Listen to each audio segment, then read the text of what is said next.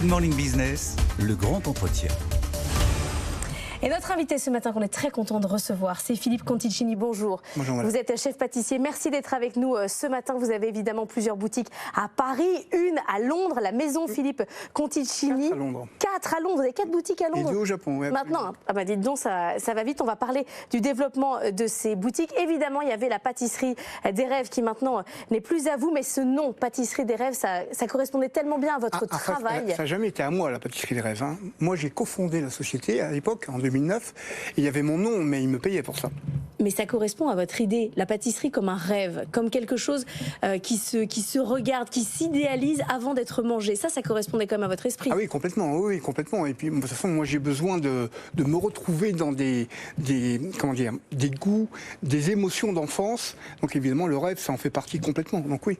Alors, est-ce que la fameuse bûche de Noël, elle, fait partie toujours du rêve de Noël? On change les repas, certains font des raclettes. Derrière, pour manger une bûche, ça devient compliqué. Est-ce que c'est toujours le best-seller? Est-ce que c'est toujours demandé?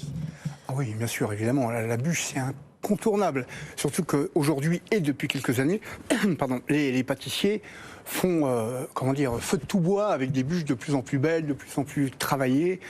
Et parce qu'aujourd'hui, on a tout un tas de possibilités et de moules qui nous permettent de faire des choses incroyables. C'était quoi le vôtre, le best-seller là, de ce Noël-là? C'est une bûche qu'on a appelée, nous, la bûche signature, qui est un vrai morceau de bûche. À manger, évidemment. Ouais. Mais en tout cas, on a vraiment l'impression d'avoir un vrai morceau de bûche, mais en noir. C'est moi qui ai voulu cette couleur-là, noir. Et avec à l'intérieur une crème fondante à la truffe blanche et une crème à la noisette avec un biscuit, un croustillant, etc. C'était délicieux. On l'a fait en quantité limitée et elle s'est vendue en même pas 3-4 jours. Est-ce que vous avez dû redéfinir avec l'inflation comment vous avez travaillé, ou finalement, comme vous arrivez à répercuter les prix, parce que vous êtes quand même sur du haut de gamme, ça ne change rien, l'inflation, dans votre travail? Non, on est sur du haut de gamme, comme vous le dites, donc ça ne change pas grand-chose. On arrive, nous, à faire notre trou avec les prix qu'on pratique. Et la bûche dont je viens de vous parler, par exemple, c'est vrai qu'il y a de la truffe blanche, on l'a vendue très cher, enfin, pour nous très cher, 98 €, ouais. C'est très cher. Donc voilà, non, on arrive à retomber sur nos pieds, pas de problème. Est-ce que c'est pareil dans vos boutiques à Londres? Vous retrouvez la même clientèle avec la même demande, ou vous ne faites pas du tout les mêmes pâtisseries à Londres et au Japon? Alors au Japon, c'est un soupçon différent, même s'il y a quand même des pâtisseries un peu similaires, mais à Londres, on trouve pas mal de pâtisseries très similaires, avec 2-3 adaptations. Mais par contre, à Londres, si on travaille très fort à Paris, à Londres, on cartonne, c'est impressionnant. Et surtout, on a sorti des croissants et des pains au chocolat géants comme ça. À Londres, on en vend une quantité incroyable. Non, le croissant à partager, énorme, oui, on découpe comme un gâteau. Ouais, énorme.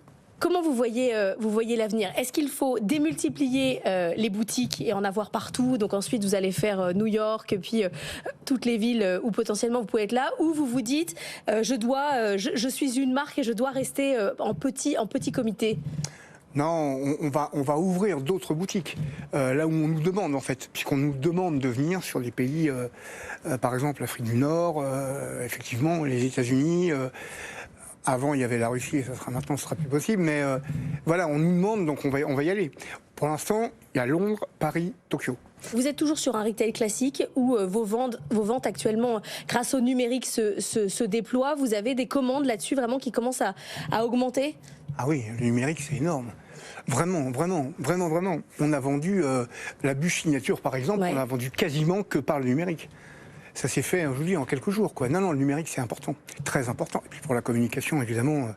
Donc on est très présent aussi sur les réseaux sociaux. Mais oui, je suis allée regarder votre compte Instagram, j'ai vu 920 000 followers. Oui, alors c'est évidemment génial. Vous êtes encore loin de Cédric Grolet qui lui en a 9 millions. Alors lui, c'est le roi de... C'est qu'on appelle ça, c'est un martien. Voilà, Cédric, c'est incroyable. Et puis lui, il a tout misé sur Instagram et voilà. Non, c'est formidable ce qu'il fait, Cédric. Mais justement, vous dites c'est formidable ce que fait Cédric. Il y a eu son abominable Homme des Neiges, sa bûche qui a fait toute une polémique autour. Oui, mais ça c'est bon. Il a la queue à ne plus savoir quoi en faire devant ses boutiques. Ça fait partie aussi de sa communication. Est-ce que ça fait du bien à la pâtisserie parce que tout le monde en a envie, ou finalement on se dit ça devient un produit tellement haut de gamme, tellement complexe que parfois ça exclut? Écoutez, c'est peut-être un produit haut de gamme et complexe, mais n'empêche, comme vous l'avez dit, qu'il y a la queue dans sa boutique ou ses boutiques. Il y en a deux à Paris, je crois. Donc ça veut dire qu'il y a quand même une vraie demande. Sinon, les gens ne seraient pas là. Donc oui, c'est cher. C'est vrai qu'il fait pratique des prix élevés. En même temps, il y a un travail énorme derrière. Je sais comment il travaille. Il a des produits les plus haut de gamme possibles. Voilà, donc il vend à des prix... et il a la clientèle pour ça.